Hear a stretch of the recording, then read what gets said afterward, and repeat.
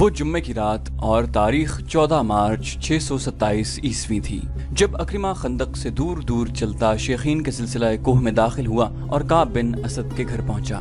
کعب کو معلوم تھا کہ اکرمہ کیوں آیا ہے۔ آؤ اکرمہ، کعب بن اسد نے کہا، میں جانتا ہوں تم کیوں آئے ہو، تمہارے آنے کی ضرورت نہیں تھی، میں نے 10 دن کی مہلت مانگی تھی۔ کعب بن اسد نے اپنے غلام کو آواز دی، غلام آیا تو اس نے غلام سے شراب اور پیالے لانے کو کہا۔ پہلے میری بات سن لو کعب، اکرمہ نے 2 ٹوک لہجے میں کہا، میں شراب پینے نہیں آیا، مجھے بہت جلدی واپس جانا ہے، ہم محاصرے کو اور زیادہ طول نہیں دے سکتے، ہم کل مدینہ پر حملہ کر رہے ہیں، تمہارے ساتھ ہمارا جو معاہدہ ہوا ہے اس کے مطابق تم مدینہ میں ان جگہوں پر جو ہم نے تمہیں بتائی ہیں کل سے حملے شروع کر دو۔ ہمیں یہ بھی معلوم ہے کہ تم نے ظاہری طور پر ہمارے ساتھ معاہدہ کیا ہے، لیکن درپردہ تم نے وہ معاہدہ قائم کر رکھا ہے جو مسلمانوں کے ساتھ تم نے کیا ہے۔ اتنے میں ایک حسین لڑکی شراب کی سراہی اور پیالے اٹھائے کمرے میں داخل ہوئی، وہ اکرمہ کی طرف دیکھ کر مسکرائی۔ اکرمہ نے اسے دیکھا تو اس کے چہرے پر سنجیدگی کا تاثر اور زیادہ گہرا ہو گیا۔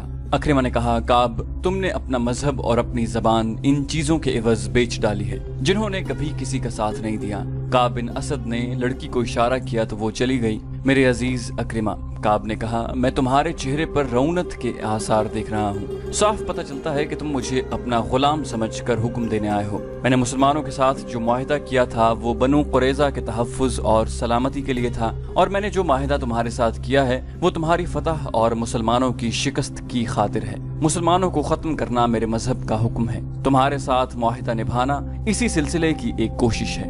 اپنا مذہبی فریضہ ادا کرنے کے لیے میں تمہیں استعمال کروں گا۔ حیی بن اخطب سے میں نے کہہ دیا تھا کہ اہل قریش اور اہل غطفان مجھے بنو قریظہ کی سلامتی کی ضمانت دیں، تاکہ ایسا نہ ہو کہ تم لوگ ناکام ہو جاؤ اور مسلمان ہم سے ظالمانہ انتقام لیں۔ نعیم بن مسعود رضی اللہ عنہ نے جو چنگاری ان لوگوں کے درمیان پھینک دی تھی وہ اکرمہ کے سینے میں سلگ رہی تھی۔ نعیم رضی اللہ عنہ نے اکرمہ کے ذہن میں ابو سفیان کی معرفت پہلے ہی ڈال دیا تھا کہ کعب افراد کی صورت میں ضمانت مانگے گا۔ کعب کی زبان سے ضمانت کا لفظ سنتے ہی اکرمہ بھڑک اٹھا۔ کیا تمہیں ہم پر اعتماد نہیں؟ اکرمہ نے غصیلی آواز میں کہا۔ کیا تم یہ سمجھتے ہو کہ ہم شاید بھول گئے ہیں کہ محمد صلی اللہ علیہ وسلم ہمارا اور تمہارا مشترکہ دشمن ہے؟ میں یہ نہیں کہتا جو تم کہہ رہے ہو، کعب بن اسد نے کہا، لیکن میں یہ ضرور کہوں گا کہ اپنے مشترکہ دشمن کو جتنا میں جانتا ہوں اتنا تم نہیں جانتے۔ میں اعتراف کرتا ہوں کہ جو عقل خدا نے محمد صلی اللہ علیہ وسلم کو دی ہے وہ ہم میں سے کسی کو نہیں دی۔ میں اس کی ضمانت چاہتا ہوں۔ کہو، اکرمہ نے پوچھا کہ تمہیں کیسی ضمانت چاہیے؟ قبیلہ قریش کے چند ایک سرکردہ افراد ہمارے پاس بھیج دو۔ کعب بن اسد نے کہا، میں کوئی نئی بات نہیں کر رہا، یہ ہمارا تمہارا دستور ہے، اس رواج اور شرط سے تم واقف ہو۔